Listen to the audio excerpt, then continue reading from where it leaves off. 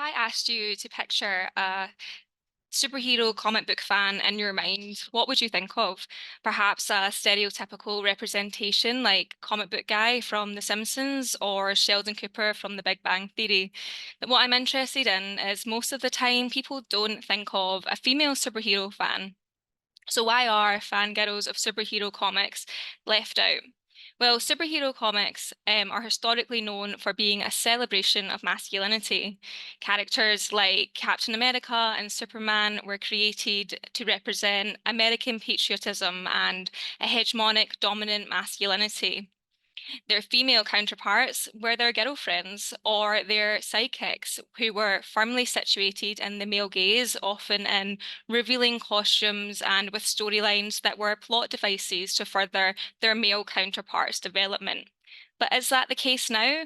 My research says no, and more interestingly, that it is fangirls who have changed the representation of female characters through their engagement, specifically through their engagement as writing fan fiction and creating fan art, like you can see on the screen just now.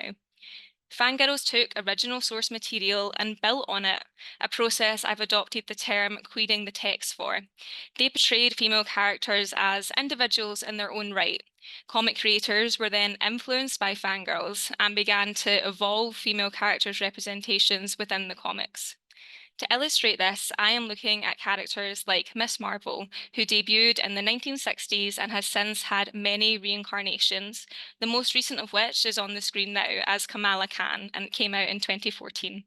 My research analyses each incarnation of the Miss Marvel comics, noting the historical context outside the comics, from third wave feminism to the civil rights movements to 9/11, to consider how the historical context changed the representation within the comics.